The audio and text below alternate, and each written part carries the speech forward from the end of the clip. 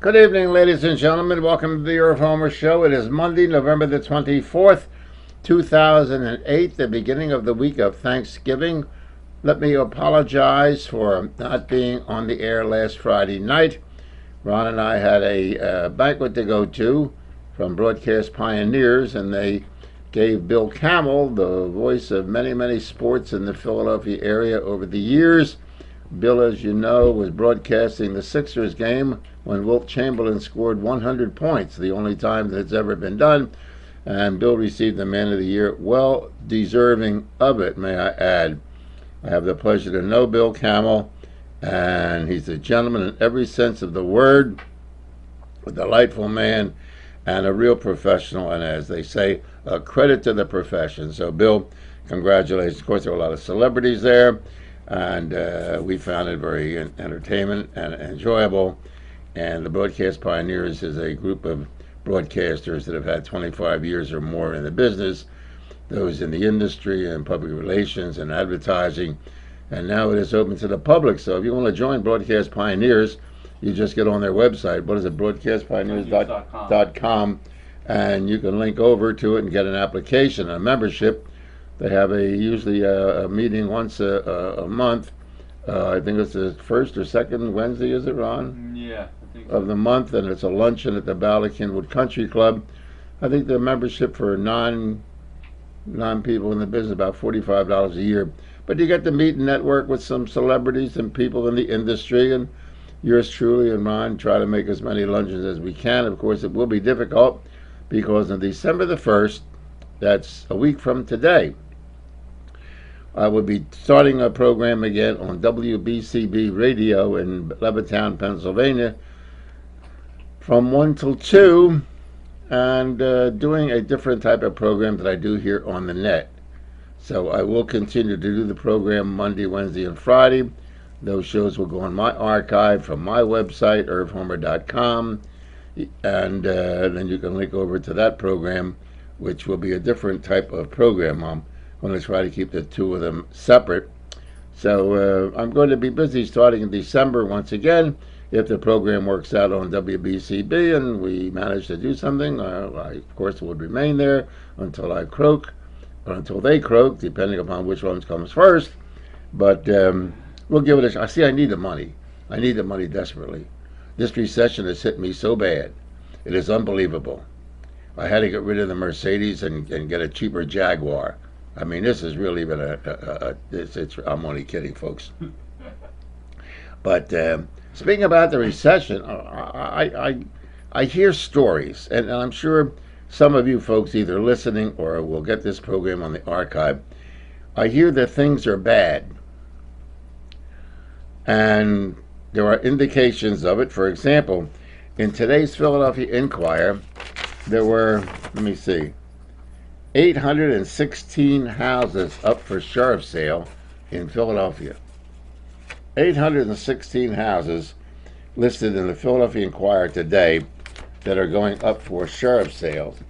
Now, the sheriff of Philadelphia and the city of Philadelphia itself has worked desperately for you if you're in trouble with delinquency in your mortgage payments, that as soon as you get into trouble, before you get into trouble, if you anticipate getting into trouble, go to your lender immediately or contact the Philadelphia Sheriff's Office or your local sheriff or whoever does sheriff sales in your community, no matter what part of the world you're listening or watching the Irv Homer Show. And because of the recession and the situation of bailouts, they will work out something for you. So don't wait till you're 2, 3, 4 months delinquent and try to hide. I know it's difficult sometimes. People have pride. They don't want to know that they're losing in this particular situation. Nobody's supposed to lose, but the world is made up of winners and losers, and sometimes we lose and sometimes we win.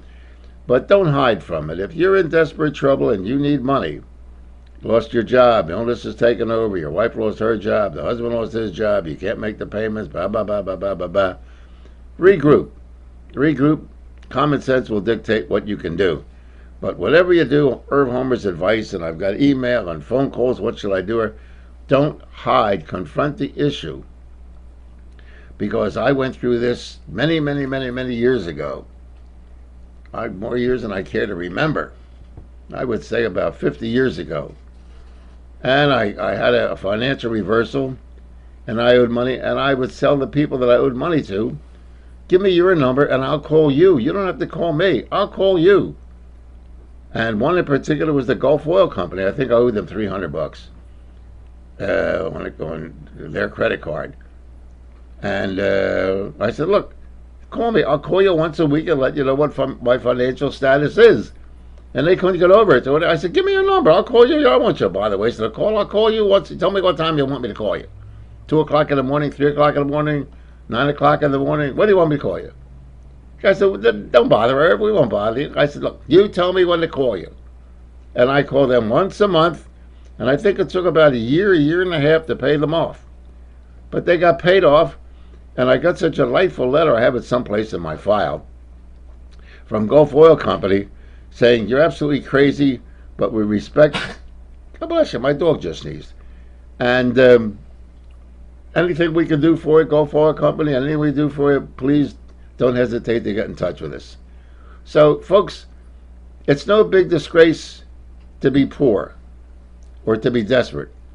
And as they said in Fiddler on the Roof, it's no great honor either.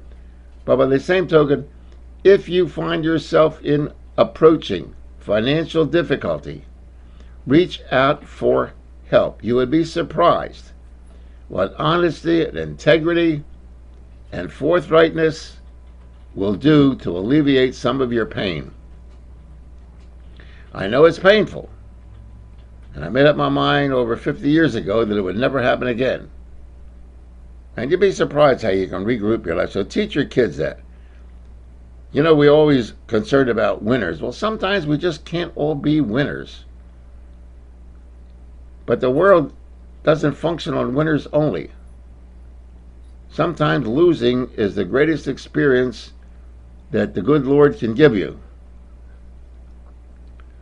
And I forget whether it was Einstein or who it was, or Alexander Graham Bell. Somebody had a class and the kids were a little disgusted because they had tried over 90 ways of solving a problem. And they were very distraught. The professor said, what seems to be the problem? He said, well, we tried over 90 ways, we can't do it. He says, why are you despondent? Why do you feel bad? He said, well, look how many times we failed. And so the answer to that was, well, but look how many times you learned that what you tried don't work. And that leads me to the subject of tonight's program. But before we get into that, let me remind you that we do have a chat room where you can get on board if you have any questions or comments that you want to make. Please feel free to avail yourself of the chat room. We also have a telephone number that you can call. That number is 215-253-8877. 215, that's area code 215-253-8877. And you can ask questions by telephone, or you can get on the chat room.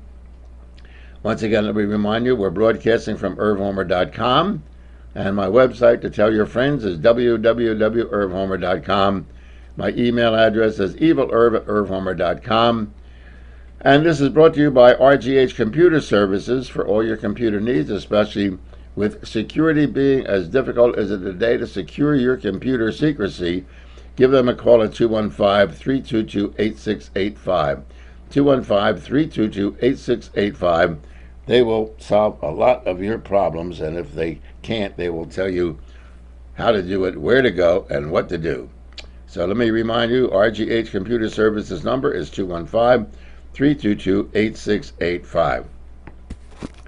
The stock market today, and a lot of people were thrilled about it, the stock market, highest it went in over 27 years. And so happy days are here again. Well, the stock market, ladies and gentlemen, is run by Sharpies, by portfolio managers. And when they saw a chance, when that market hit below 7,000 or below 8,000 on Friday, they jumped in and bought. And the market went up over 500 points. But then it dropped again before it shut down at 4 o'clock. So the boys went in, they bought cheap, Tomorrow they'll sell high. I predict the market will drop tomorrow. Price of gasoline I paid today was $1.99 a gallon. And I heard Rush Limbaugh saying, if I want to drive an SUV, I'll drive an SUV. I'm tired of it.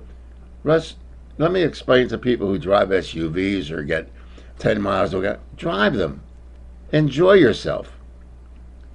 But when I go out to dinner with you folks, and you're paying $500 and $600 a month on a lease, and you're paying $4 for a gallon, don't bitch to me. Don't bitch about the fact that you're driving a gas guzzler and you have to pay $4 a gallon for it. I remember when I bought my second boat, they said, well, how many, I said, I don't know. What do you mean you don't know? I said, I don't know how much gas it consumes. If you have to concern yourself about the maintenance of your automobile, whether it be repair, inspection, emission control, or car payments or leasing, you can't afford it. Let me remind you once again, if you have to worry about how many miles per gallon you're going to get, or how much the insurance on that car is going to be, or what the replacement cost of a tire may be $150, $200 a tire, then you can't afford that car. All the problems that we're facing today with this depression recession, I discussed 25 years ago on radio. So nothing that is happening today, ladies and gentlemen, is coming to me as a surprise. The surprise to me is how some of you folks have got yourself in the position that you're in. I recall many years ago, my wife and I went shopping, and we had just introduced ourselves to credit cards. And the gal behind the counter said, is this cash or credit? I said, it's cash. Here's my card. Oh, no, this is credit. No, this is cash. Because see that card? I have to pay that thing off with cash. So all you're doing with a credit card is delaying the cash payment. But a lot of you folks get, cash or credit? Put on my credit card. And you get that mental mindset that if it's credit, it's not cash. All credit is delayed cash payments. Teach your kids. Get your teachers in school to teach you that. We in America don't know the first damn thing about money. This whole recession worldwide, this whole inflated currency, happened because those of you who are in responsibility, those of you who are bankers, those of you who are lawyers, those of you who are educators, don't know the first damn thing about capitalism and how it works. And the average American, I am a capitalist, and you hear these folks on radio and television, and I just sit and listen to them and drive the car for comic relief. Sometimes listening to the radio today with talk radio folks is better than watching Comedy Central, better than watching Larry the Cable Guy or John Foxworthy. Because they have no idea of what the hell they're talking about. They really don't.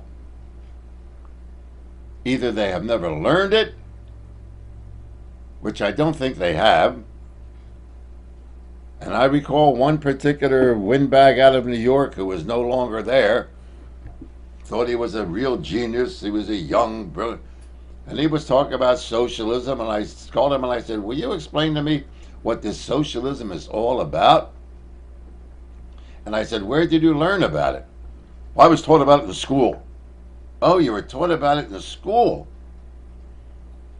Oh, but you never investigated what socialism is. I learned about it in school. I have a degree in college. Oh, well, take your degree and stuff it up your ear because you really don't know what the hell you're talking about. Well, there were other things that he didn't know what he was talking about, so they got rid of him. But ladies and gentlemen, if you want to learn about how capitalism works, study the book that I told you not to read called Looking Backward. And I'm going to spend a little time tonight on teaching you how capitalism works. Capitalism needs a cheap labor market. When you hear in America, and it frightens me, the automobile workers make too much money. I've never heard anyone get on radio or television, the bloviators, and even people who call in say, Donovan McNabb, what's he make, $110 million? At least. The worst bum in the world in yesterday's Eagles football game. I have never heard once that professional sports players are overpaid. Football, they play 16 games a year and make $110 million to play sports. But the trouble with America is the automobile workers are making too much money. The garbage man makes too much money. CEOs make too much money. Never once did I say the casino stock, the guys that built the casinos are making too much money at $3 and $4 billion a year. Never hear that. Never hear that the tax-exempt endowments of the Rockefellers and the multi-billionaires, the Annenbergs who can give $10 million to Drexel University, never once did I hear they make too much money tax-exempt. Never once heard that Halliburton, an American corporation that has made millions of dollars off of this war, has moved their international headquarters from Virginia to Dubai in the Middle East to avoid paying American taxes. Never hear that. But Bubas America and the bloviators about this bailout of the three major automobile companies, the automobile workers making too much money. Isn't it awful that the working man in America is making a halfway decent living? Isn't that a damn shame? Well, capitalism was built on the backs of slaves. I don't care what Michael Stupid Medved, the self-hating Jew, on 990 AM in Philadelphia, syndicated across the country, writes about his 10 myths of America. You show me in America's history, or any capitalist country, and this is not anti-American, this is the way capitalism works, even state capitalism. You must have slave labor. Not necessarily prisoners called slaves, but indentured servants. You got to have at least a 3.5% to 4% unemployment pool to draw slave labor from, to do the menial jobs of America, or any capitalist society. You need a low-wage worker to do the menial jobs, who will never own a home today, who will need some type of government subsidy because of health care, or pension, or retirement, such as Social Security. And I said, how come we never enslaved the Indians? How come it was necessary to bring the slaves from Africa here when they had over 600,000 Indians here in the United States? How come we couldn't get Cochise to be a nice slave? Geronimo, Chief Sitting Bull. Why couldn't we make them slaves? Why do we have to take all of them from Africa and Central and South America and bring them here? Because if you study the history of Indian nations and Indian culture, the indigenous people here in America, they were socialists. That's why you couldn't enslave them. You can enslave capitalists by catering to their greed. And so we had the slaves. Then we brought the Chinese coolies in to build our railroads. We had enough slaves. We had enough indigenous people here in America to build the railroads. We needed cheap labor for the railroad barons to build our railroad system. We had to import the slave labor from Eastern Europe to work the coal mines so that they could kill themselves in the coal mines while the rich and powerful robber barons, the coal companies, while they were reaping the profit. Do you ever hear anybody say that, the coal miners are making too much money? A coal miner should make more money than the owner. Who the hell wants to go down a half a mile in the bowels of the world to make a living? That's capitalism. And so if you studied capitalism or socialism rather, as I did as a young man, you will understand what is happening in America today.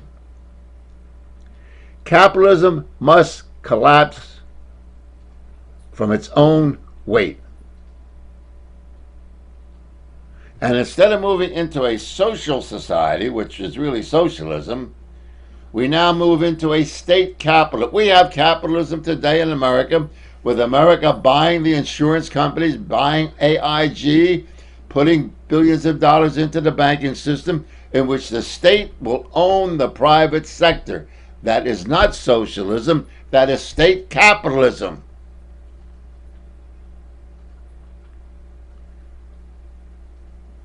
And Boobus America has fallen victim to this propaganda of what capitalism is for years. I believe in free enterprise, but I want my kid to get a government job so he gets a pension. I want him to be a cop, a fireman, a school teacher, or some government employee so they can get all the benefits of a social society that owns and controls the means of production and distribution. As I mentioned many times, and I guess I'll have to continue until the day I die, the biggest socialist program in America is the stock market that you watch today, where the people with expendable capital buy the labor and the fruits of distribution on the back of somebody else who is working to make that profit. Under a true socialist society, ladies and gentlemen, there would be no stock market. And so you're going to say, well, how would a company grow?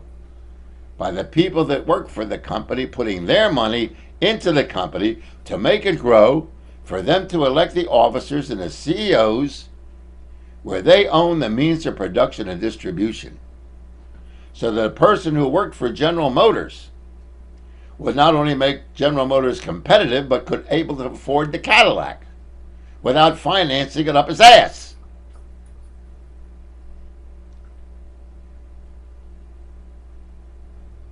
So you've been sold a bill of goods by the state capitalists. And you learn about it in government schools. All schools in America are government-owned and operated schools. We have an educational system that's owned and controlled by the government of the United States and the local states. And if you don't learn the curriculum, you don't get accredited. And so the mindset of every American graduate, whether it be high school, whether it be private school, whether it be colleges, is propagandized by the state that says this is the way you will teach economics, this is the way you will teach finance, this is the way you will teach investments, this is the way, and if you don't, you won't be licensed to sell it.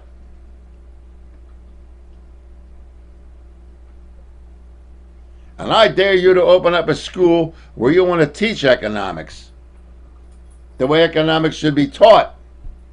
Free market economy, open competition, no trade barriers.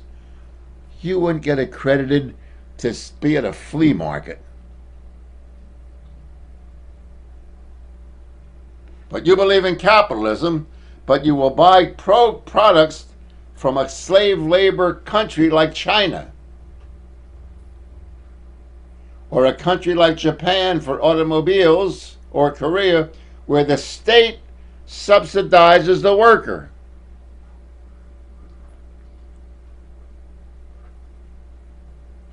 Because the enemies of America, and I don't mean the enemies that are going to drop nuclear bombs on us, the enemies of America know how our so-called capitalist, state capitalist system works. And they're beating us at it.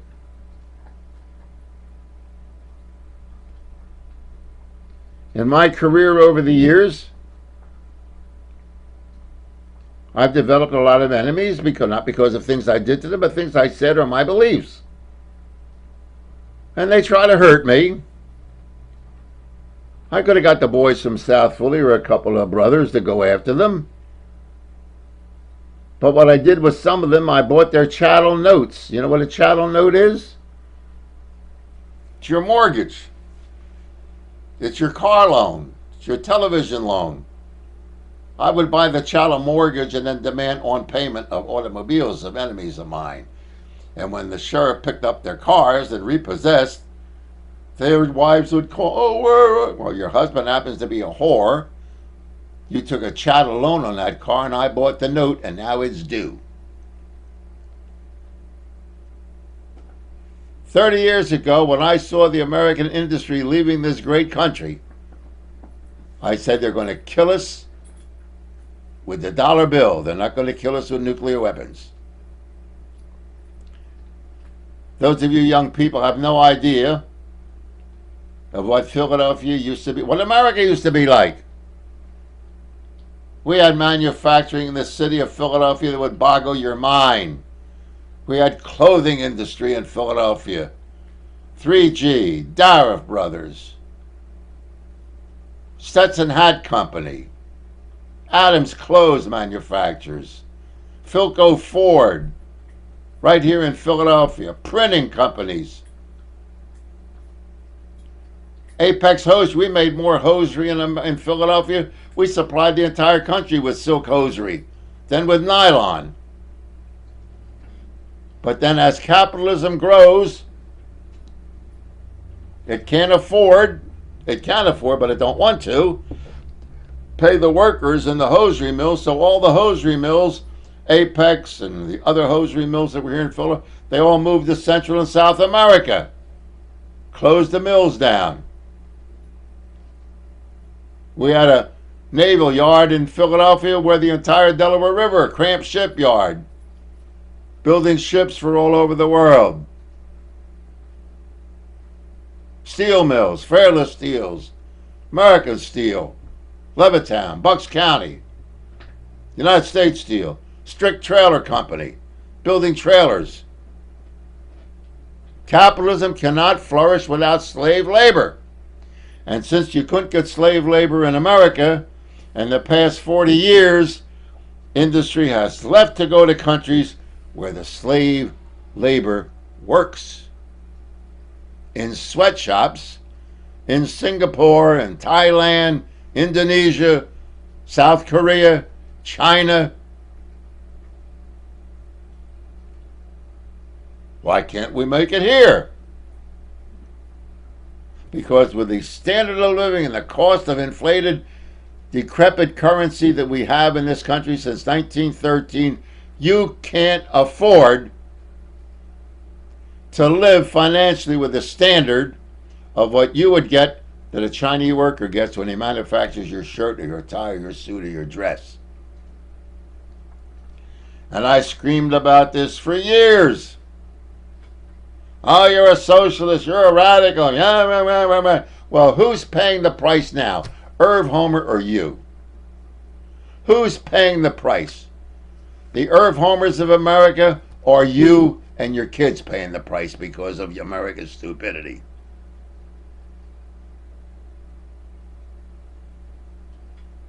What a great way not to worry about nuclear bombs coming in if we didn't import so damn much stuff.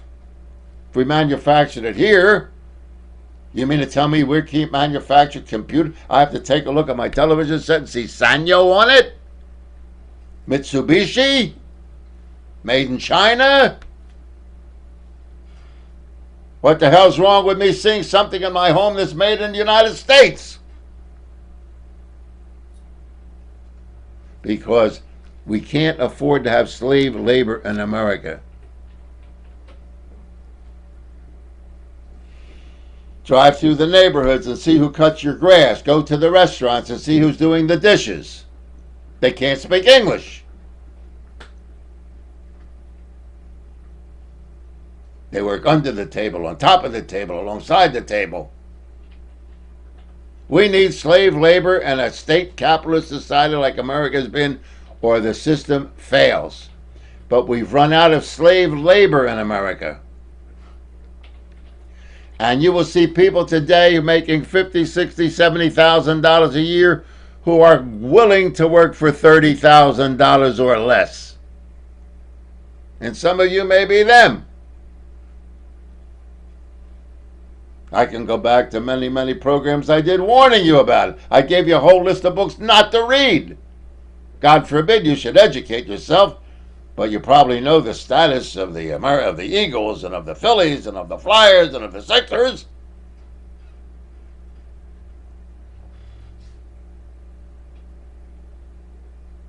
One of the Japanese prime ministers many years ago said that Americans are fat and lazy and ignorant. And he was criticized like mad. I mean, they ripped him apart up one side. The man was right. I don't know what is in the libraries today, other than it may be a babysitting facility. I have no idea. Or the fact that they have computers in there where kids can go in and learn. I don't see an educated society in America today that needs libraries at all. I see no reason today for libraries. Not when the average boobist, when you do the man on the street interview, doesn't know who your congressman is, don't know what the length of time that a senator serves, or how long a congressman serves, or how long the president's term is, or whether there's a two-term president. Don't even know how many political parties there are in America. We have a two-party system in America. You're full of crap. America has no two-party system. Never did. Never will have. But you've been educated that we have a two-party system in America. The Democrats and the Republicans. Every once in a while you see a Ralph Nader pop up, or Bob Barr pop up on the Libertarian Party. And what do you get? I don't know why they're starting. We have a two-party system in America. The blatant ignorance of the American people is what has caused it. Don't go criticizing General Motors. Don't go criticizing Ford. Don't go criticizing Chrysler. You bought them cars. You wanted the Hummer. You wanted the big SUV. Because if the American boobists didn't want them gas guzzlers, they wouldn't have sold them when they put them on the market. Blame yourself. Blame yourself for stupid hot air heating that is in your homes, that's giving your kid asthma, drying up your lungs, creating more damn dust. Hot air heat is the worst damn heat that was ever conceived by man to breathe. And yet you'll pay $500,000 for a home or $700,000 for a home to get hot air blowing in on you, and you wonder why I can't breathe at night. No, I have hot water heat in my home. I have baseboard radiation. It doesn't get hot and it doesn't get cold. Once that baseboard radiation gets hot, my house is hot all winter long. Yes, the air conditioning is vented, but that's a separate system from the heating system. But you buy these dumps that you sit and freeze your ass off, then the heat goes on, then you roast your ass off, then the heat goes off, you freeze your ass off again. You're telling me that you're comfortable living in a hot air heated house? I was in a gorgeous new condominium yesterday. Wished my friend the best of it. A beautiful cup. Great big retirement after 55. Beautiful. Sitting in the dining area, watching the Eagles game. About 6 couples there we were. Had to take my jacket off when the hot air went on. Had to put my jacket on when the hot air went off. $600,000 to freeze your ass off for 10 minutes, then roast your ass off for another 10 minutes? This is the crap that we bought. So you bought the Hummers, you bought the big Lincolns, you bought the big Cadillacs. Now you're mad at General Motors.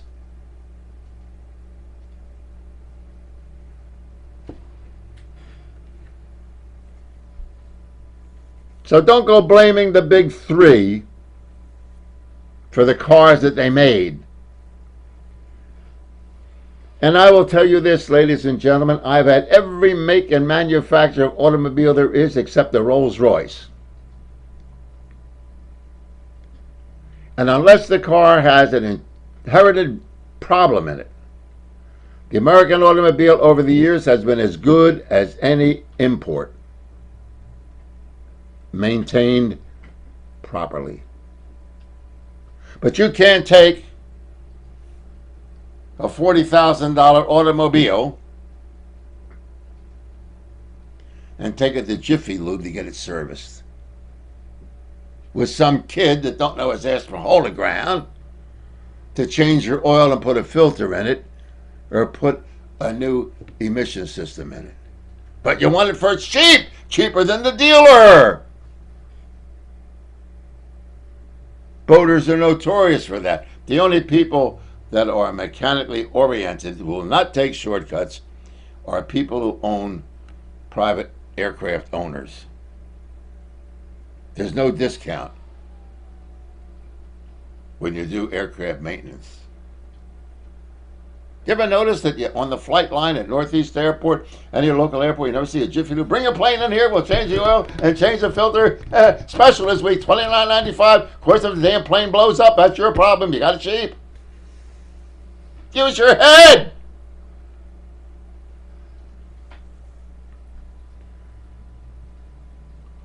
It boggles my mind. It absolutely boggles my mind. It boggles my mind because I anticipated what is happening today 25 years ago.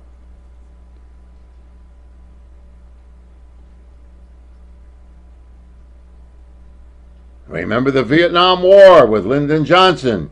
We're going to have guns and butter. Remember that? That meant we're going to have a flourishing economy and we're going to be able to have a war at the same time.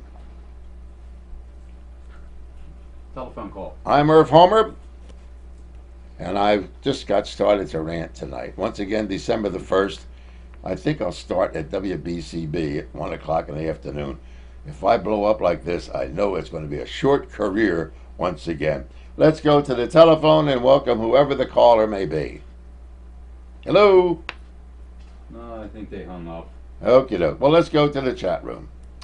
Irv, how much money will the government need to throw on the market before it is stabilized and the rich has shifted enough wealth to keep the middle class down for another 25 years? Bob from Memphis. First of all, the government will not throw any money on the market. It is the private bank, the Federal Reserve System, the International Monetary Fund, and the World Bank that is throwing that debt into the market to keep the game going. All they're doing is prolonging the game of collapse. You cannot borrow your way to financial stability. And that's what the government is asking the Federal Reserve Bank to do, which is a private bank. This market, this condition, situation will continue, I predict, for at least 5 years. Let's go to the telephones and welcome whoever it may be. Good evening, hello. Hey, how you doing? Good, I'm fine. How about yourself? Go ahead. Turn your computer down, please. Say again? If I turn the computer down, then I won't be able to hear you on my speakers. Can you hear me now? Yeah, I can hear you, but... Okay, well, we're not getting a feedback, though, so you're all right. Go ahead. What have you got to say, sir? All right, what I want to bring out, about 7 weeks ago, maybe 6 weeks ago, you said that the market will be fairly valued at about $8,500. Right. All right, now, what are you using as a measure of value? The Dow? Because the Dow is only made up of 30 stocks. And those 30, and out of the 30 stocks, there's only about 5 or 6 stocks that really influence the price of that market of the Dow. You know, the Dow is price weighted, so the highest priced stocks have more of an influence on the price of the index than the rest of the stocks. You can actually have a bull market in the index and a bear market in stocks. So what I'm saying is, I don't know how you arrived at that 8,500. I know the other day you said that the market may go down to 6,500. It may or may not. It will. Nobody really knows what it's going to do. They know. Right about the smart money came in the other day when the market was below 8,000. They started buying stocks. They started selling to the retail throughout the day, but the Dow is not really a great representation of the market. The Standard & Poor's 500 is a better representation. It represents 500 stocks, and even that's not a great representation of the market because that's a capitalization-weighted index. There's the Standard & Poor's 500 equal weighted index where each stock has one vote, unlike the regular Standard & Poor's 500. So I guess I'm just disagreeing with you a little bit. I predicted the 8,500 mark, and I will predict the 6,500 mark on the Dow, and I'll tell you why. I'm dealing with the non-leveraged, non-debt money. What is reflected, in my opinion, today on the market, they're including anticipated revenue on outstanding debt from the portfolio managers. The portfolio managers are investing on money, A, that they haven't collected yet from their depositors, and B, from the currency that is not there but they anticipate they're going to make. The real value of stock today, in my opinion, is based on non-leveraged, non-debt currency. And if you take a look at the inflated costs of things today, with inflated money, the average house that's selling for $600,000 today is worth $300,000 tops. That $300 that makes the economy look good, that $300,000 that makes the economy look good, is inflated, anticipated revenue currency that ends up reflecting on the stock market. It's not real value currency, and that's why I say that when I predicted 8,500, I predict 6,500, because once this bailout money goes through the system, as the stimulus dollars did, the same thing's going to happen. It's going to disappear and the market will collapse. Irv, I'm just saying that you can't put an absolute value on where that market is going to bottom. I agree. No, complete transfer. On the contrary, Bob, I disagree with you, because I've been proven to right. My name's Alan. Pardon? Pardon? My name is Alan. Oh, I'm sorry, Alan. No, I sincerely disagree, because the real currency of what the market is worth, after speaking with the guys that feel as I do, it will be about 6,500. And I guess it may Alan, be lower, it may be higher than that, Irv. No, you can't. No, as long as they're pumping money into it, it's going to remain high. But once that, how much? Let's just, and I think the head of the Fed said it. Paulson said it. He did it, and then he says, I changed my mind because it's not going to work. If this doesn't work, Alan, what do you think the market's going to be worth? Yeah. What do you think the market's going to be worth if the market will be worth what the professionals perceive it to be worth. Oh, see, now wait a minute. Now, let me disagree with you respectfully. The professional got us into this mess, and so you're going to tell me that Paulson and the boys from Wall Street are going to get us. I'm not talking about Paulson. I'm talking about the smart traders, the professional traders. I'm not talking about Paulson. I'm not talking about Bernanke. I'm talking about the professional traders.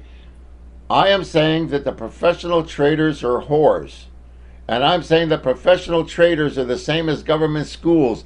They indoctrinate their investors that they don't care whether they make money or lose money. They get paid on transactions. I disagree with you. They don't. Now, Wait a minute. Well, don't they make money on when they sell and when they buy? They make money both ways, right? Of course they do. Okay, well, no, my dear friend. If I make money buying or selling, do you think I care what the value of that market is? I don't care. I'm buying and selling and I'm making money out of using your money to create a false image on the market so that I can make money. Do you know that? Okay, Irv. Yeah. Irv.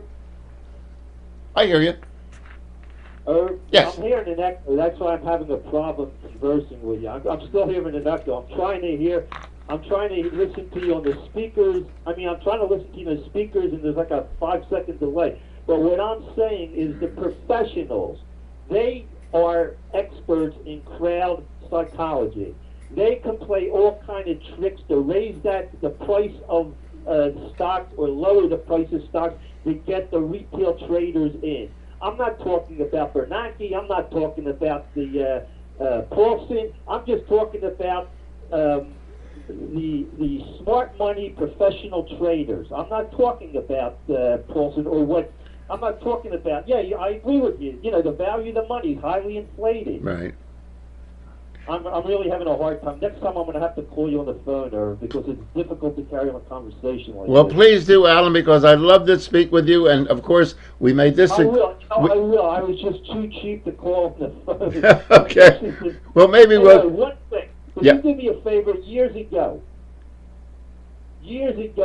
I don't remember it was on DB or that Levittown station. You played Connie Francis singing Hava Nagila. Years ago, I had that record, and I can't find... Is there any way that you can play it once and have your son, he can record the whole thing? I think so, and we will search in the archives for it, Alan, and we'll announce it in plenty of time for you to record it. Okay? Oh, great. I'll call you back one day on the phone so I can carry on a better conversation, because I'm having a hard time. Please do, Alan. Have a great nice talking to you. have a great Thanksgiving. Okay, we have another call. Take care. We have another call. Hello, good evening. Hello. Hold on, Hello, Irving. How Yes, are sir. you? I'm good. How about yourself? Good. My name is Jim, and I'm Jim, and I live in Hatfield, Pennsylvania. Yes, Jim. And I'll tell you one thing: you're the smartest guy that I've ever heard or seen on TV. As I'm watching you now, you just make a lot of sense. It's too bad that some of these kids out there, or the American public, doesn't realize what you said 25 years ago. The chickens are coming home to roost now. Well, as I said, the problem is, Jim, from Hatfield, is that I learned in school the things that the government wanted me to learn. But there were things happening in my life and in my family's life and in my city's life and in my country's life that didn't make sense to me, and I had to search the answers. And the first answer that I really got involved in was when I studied the history after World War I, when I couldn't figure out how Adolf Hitler raised $475 billion in 1933 to build up the German army when Germany was broke after World War I. When I started digging into that and learning how international money works and the whores that deal with our money, the working man's money around the world, I said, wait a minute. And you know, the worst part about getting an education, Jim, is the more you know, the less you know. So as I learned one thing, it opened up another door of inquisitiveness to search out something else. And it's been the... Speaking of Hitler, Yeah. Wasn't Prescott Bush and Averell Harriman involved in a little deal like that to help Hitler out? They were the one. The Harriman family was the one who bankrolled Hitler to the tune of about 1/4 of the assets that Germany needed to rebuild its industrial base. That's what I thought. So they're... And now with this thing with Paulson with this bailout, which is it's not really a bailout. I mean, they cloaked it in that. Well, it is. You're just borrowing on your future. Well, And the problem with this bailout is the anticipation that you and I are going to be able to pay our mortgages to pay off the debt that they loaned us in the first place. This is craziness. yes, it's impossible. It'll never happen. You can't borrow your way out of debt. It's $700 billion now, and I heard on the news Obama's talking about another $700 billion when his new economic policy comes on. We don't have that kind of money. Nobody does. Don't forget, this is only money that's not on the black book budget. There is a black book budget that is off budget revenue that is paid for this war, and when this war is over, that is going to be thrown into the cumulative debt, and that's when this depression is going to hit real. I think if you figure the cumulative debt, it's close to $55 trillion. No question about it. Jim, thanks so much for calling. Thank you, Irvin, and it's great watching you on TV. Have a great Thanksgiving, my friend. This is just a matter of postpone. It's like loaning someone, ladies and gentlemen, who has a credit card debt of $10,000 and say, you know what we're going to do? We're going to loan you $10,000 to pay off your credit card. So you paid off your credit card. But guess what? You're still $10,000 in debt. Our question on the chat room is, Irv, what do you think about Citibank getting a $20 billion bailout? I think it is a sinkhole that the American taxpayer will pay for years after they go out of business. Well, there's no question about it because credit card companies have been deregulated so bad they don't even come under the Small Banking Act of 1933. Al Capone and some of the greatest criminal gangster loan sharks that we had in America could never charge 18, 20, 23% interest. And all the banks that want to be legitimate started, remember the small loan company on the corner, American Finance and Beneficial Finance? They were all owned by the banks. And what that was is the bank said, well, you don't have enough credibility and collateral to deal with our conservative, but we'll open up these finance companies. And so these finance companies flourished all over America, charging exorbitant rates that the regulated bank couldn't charge. Well, they found out it worked so great, they said, well, let's issue credit cards and do the same thing. So they float money at exorbitant interest rates that are not regulated by the government, and you can pay as much as 24, 25% interest. So this is just a matter of throwing more money down the rat hole. Are there stockholders in these companies? Let the stockholders who were greedy, let the stockholders who were happy to screw their neighbor out of 25% interest, let them go to hell and let them lose it. Don't take it from honest people like you and me who work and pay all our bills. That's the problem with this sinkhole, as you say. Bill from Northeast Philadelphia, you're absolutely right. This is only a stopgap, a stopgap on the road to hell is what it is. That's all it is. Thanks for calling. We have room on our chat room, and our telephone number is 215-253-8877. We have time to take your call. Let's go back to our system of capitalism. Now, I see when I talk like this, people think I'm anti-American, and you think I'm against the country, and I think I'm against everything under the sun.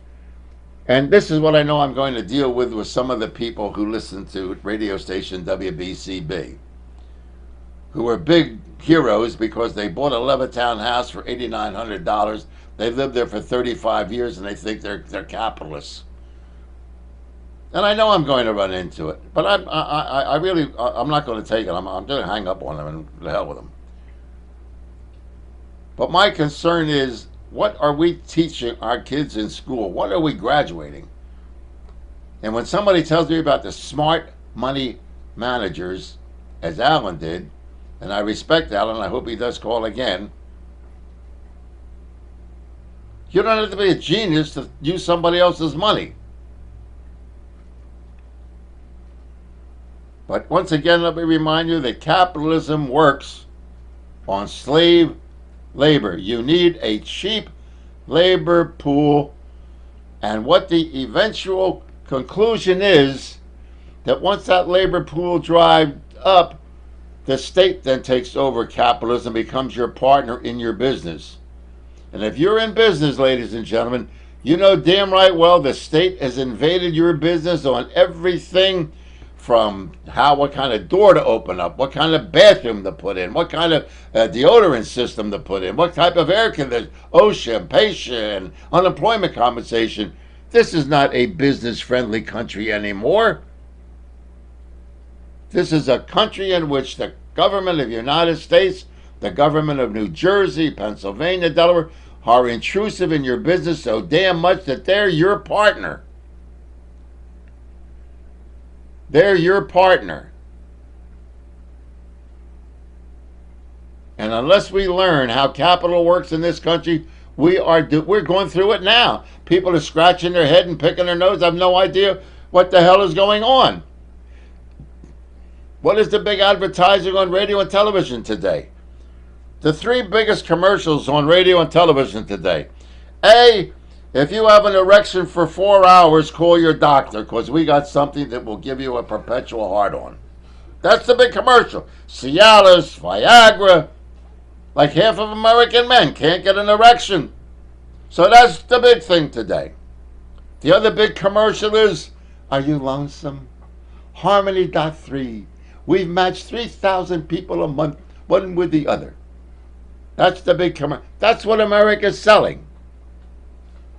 How to get an erection and how to get a partner. Are we selling anything made in America?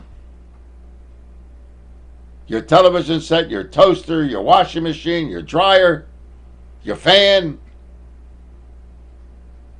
I just bought a Casablanca fan. The damn thing was made in Casablanca. I thought that was the name of the company. When are we going to get pride in this country? Pride in workmanship. I want a guy to cut my lawn to speak English, and I'm willing to pay his wages to speak English. God bless the little Hispanic guys that come around.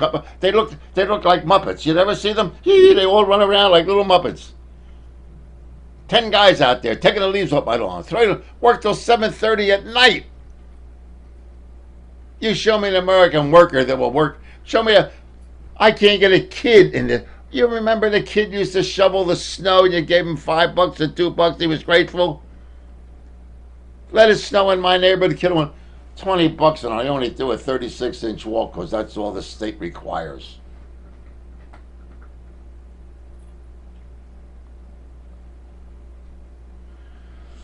Hi, Irv, from our chat room. Ron Paul and Warren Buffett both mentioned the next bubble is the dollar bubble, and I know you've talked about this for many years. Will you please explain what will happen when the bubble bursts and how long before it happens? What can a person do in the meantime to prepare for this?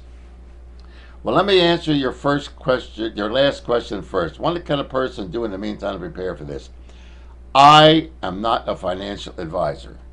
I wouldn't tell you what to do unless I would sit down and look very carefully at what your investments are, what your assets are, how much cash you have available to get together, and then I would tell you what I would do, not what I want you to do. So I can't make a general statement. What can a person do in the meantime to prepare for this? The bubble will break, and I can't give you a time, but the bubble will break after they've poured $750 billion, $250 billion, $300 billion, and don't forget the war is still costing $10 million a month. As long as they can print money and put it in the marketplace, the bubble will continue to blow up. The bubble will break when Paulson, Bernanke, Obama can no longer go to the private bank, the Federal Reserve, and say, I need another $750 billion, and they'll say, we're not going to print it. That's when the bubble will break. And that's when you will see the market collapse. That's when you'll see a growth in the prostitution. I didn't get into this, but prostitution is now flourishing. Three things flourish, ladies and gentlemen, and you can tell when the bubble's going to break.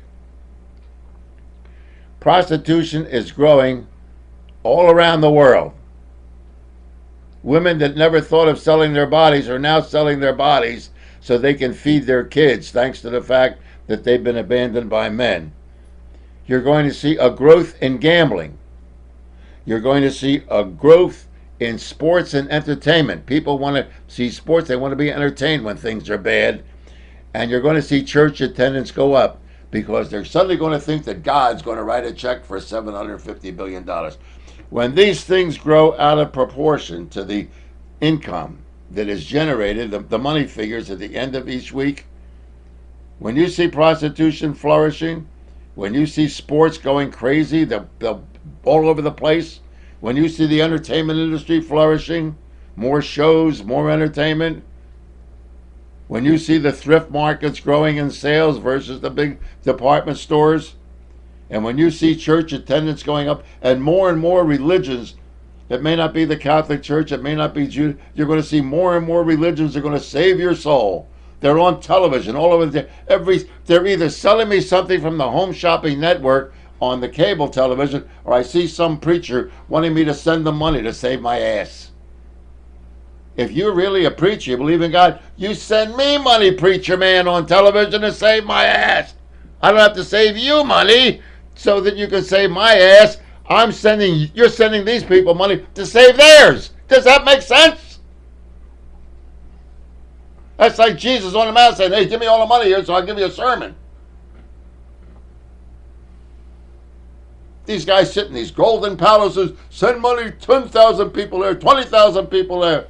You know what the take is at the end of the day? What the hell can this guy do to save your ass to go to heaven because you are 20,000 people? You want to pray? Go into the woods someplace and look at a tree. Look at the God's nature. Take a look at the grass, the color of the leaves today. And talk to the man you believe to be God or the man you believe to be Jesus. That's where you're going to find him. You're going to find him by a tree. You're going to find him near a creek. You're going to find him in the fish that swim by. That's where God is. You think God's sitting in the silver chapel of Robert Schuller? Are you crazy? You think God's going to be on the parkway in that traffic? He's not nuts. You are. Get the fuzzballs out of your head. I'm Irv Homer. Till the next time.